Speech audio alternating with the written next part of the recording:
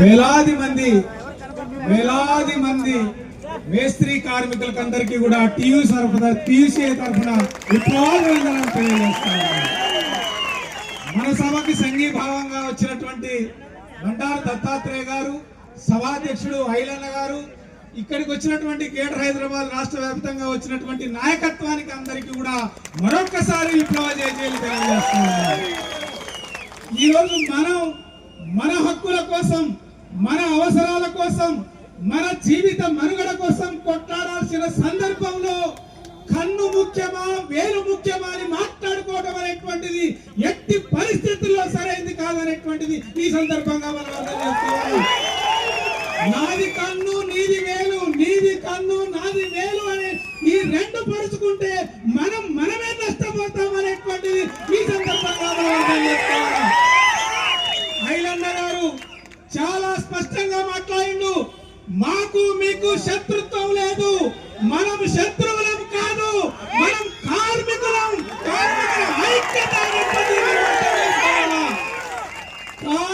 కార్మికుడు కలిస్తేనే సమాజంలో జీవిత మనుగడ ఉంటుందనేది చరిత్ర మనకు తెలియజేస్తున్నది. ఆ చరిత్రలో భాగంగానే ఈరోజు మనం పోరాటం మనుగడ కోసం చేస్తా ఉన్నాం. ఈరోజు నేను కూడా దాంట్లో మాట్లాడా, కానీ మేస్త్రీకో హటావో సెంట్రింగ్కో బచావో ఇది నినాదం కాదు, ఇది నినాదం కాదు. కార్మికుల ఐక్యతే ఈ రోజు మన పోరాట నినాదంగా ఉండాలనేటువంటిది ఈ వేలాది మంది సమక్షంలో ఇప్పటికి మనం సెంట్రింగ్ కార్మికులకు అప్పీల్ చేస్తా ఉన్నాం.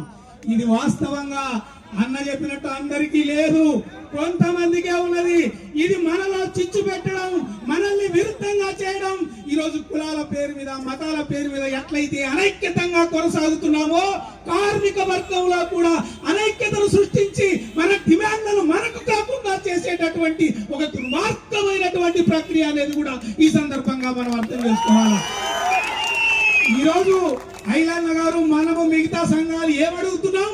60 ఏళ్ల తర్వాత మేము జీవితం అంతా పనిచేసి ఎండల్లో వానల్లో చలిలో మా ఎముకలు కుళ్ళిపోయి 60 తర్వాత మేము పని చేయకపోతే మాకు మా జీతంలో 18,000లో 9,000 పెన్షన్ ఇవ్వమని మనం అడుగుతున్నాం. ఇది న్యాయమా కాదా?